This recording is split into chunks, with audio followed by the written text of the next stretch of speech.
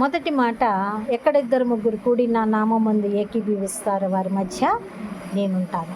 ఇందులో ఎక్కడ ఇద్దరు ముగ్గురు చేరుకుంటున్నామంటే ఎవరితో చేరుకుంటున్నాం? మొదట రెండు విషయాలు, ఒకటి అన్యులతోనా, రెండు దేవుని బిడ్డలతోనా. ఒకవేళ అన్యులతో అయితే అది కంప్లీట్ వేరు.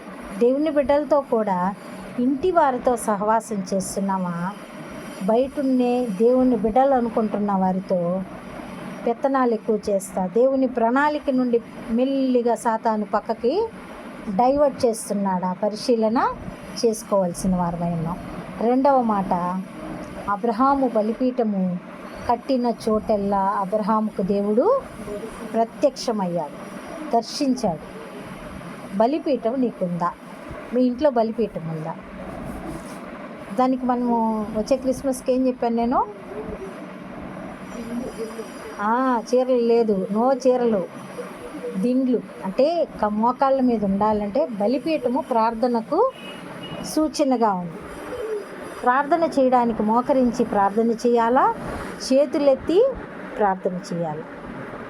చేతుల్ని, ప్రభా ఈ చేత్తో చేసిన ప్రతి దోషాన్ని క్షమించు నాయన, కడుగు ప్రభా అని పరిశుద్ధపరచుకుంటూ మరలా ప్రార్థన చేసి మళ్ళా తప్పులు చేయమని కాదు, చెయ్యకుండా ముందుముగాక.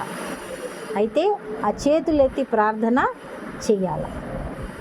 మనము బలిపీఠం ఒకే టైం పెట్టుకొని ఒక స్థలం ఏర్పరచుకొని మోకరించి రోజు ప్రార్థన చేస్తే దేవుడు అబ్రహాముకు ప్రత్యక్షమైన దేవుడు నీకు కూడా నాకు కూడా దేవుడు ప్రత్యక్షమగును గాక. మూడో మాట, భూమి మీద మనం దేన్ని బంధిస్తామో పరలోకంలో అది బంధించబడుతుంది. భూమి మీద మనం వేటిని విప్పుతామో పరలోకంలో అది విప్పబడదు.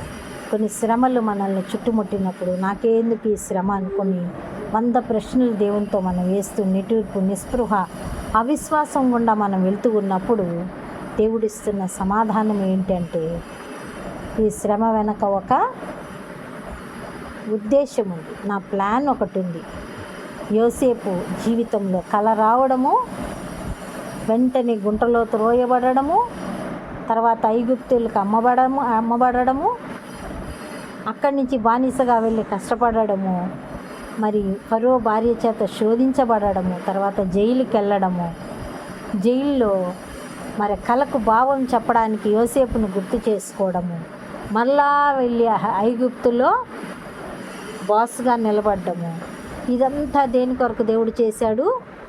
రాబోయే 7 సంవత్సరాల కరువులో తన ఇంటి వారికి భోజనము సిద్ధపరచడానికి, కరువులో నుంచి తప్పించడానికి, దేశానికి ఆశీర్వాదకరంగా ఉండడానికి యోసేపు మరి ఇన్ని శ్రమల గుండా వెళ్ళవలసి వచ్చింది. కుంటలో పడ్డప్పుడే యోసేపు నిరుత్సాహపడిపోయి, నాకు దేవుడు లేదు, ఏం లేదు, నా ప్రార్థన లేదేం లేదు, ఏంటి కష్టాలు నాకేమొద్దు పో అనుకోని ఉంటే దేవుని చిత్తం నెరవేరు ఉంటుందా?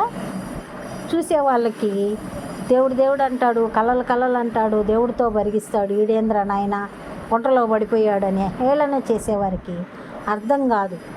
గుంటలో ఉన్న యోసేపుకు కూడా అర్థమై ఉండదు. కానీ దేవుని ప్రణాళిక బహు విస్తారంగా ఉంది, చాలా గొప్పదిగా ఉంది. అది అనేకులకు ఆశీర్వాదకరంగా ఉండుటకు ఒక శ్రమ గుండా వెళ్ళవలసి వచ్చింది. సంఘము ఎదుట పాతాళ లోక ద్వారాలు నిలువ నేరకుండా పోవునుగాక. గట్టిగా ఆమేన్ చెప్పండి. దేవుని చిత్తము మాత్రమే హోప్ ఇన్ క్రైస్ట్ మినిస్ట్రీలో ఉంటున్న ప్రతి కుటుంబములో, ప్రతి వ్యక్తిగత జీవితంలో జరుగునుగాక. బలిపీఠము కలిగి, దేవుని సహవాసము కలిగి, దేవుని బిడ్డలతో సహవాసము కలిగి, దేవుడిచ్చే ప్రతి ఆశీర్వాదమును స్వతంత్రించుకొందుముగాక. ఆమేన్.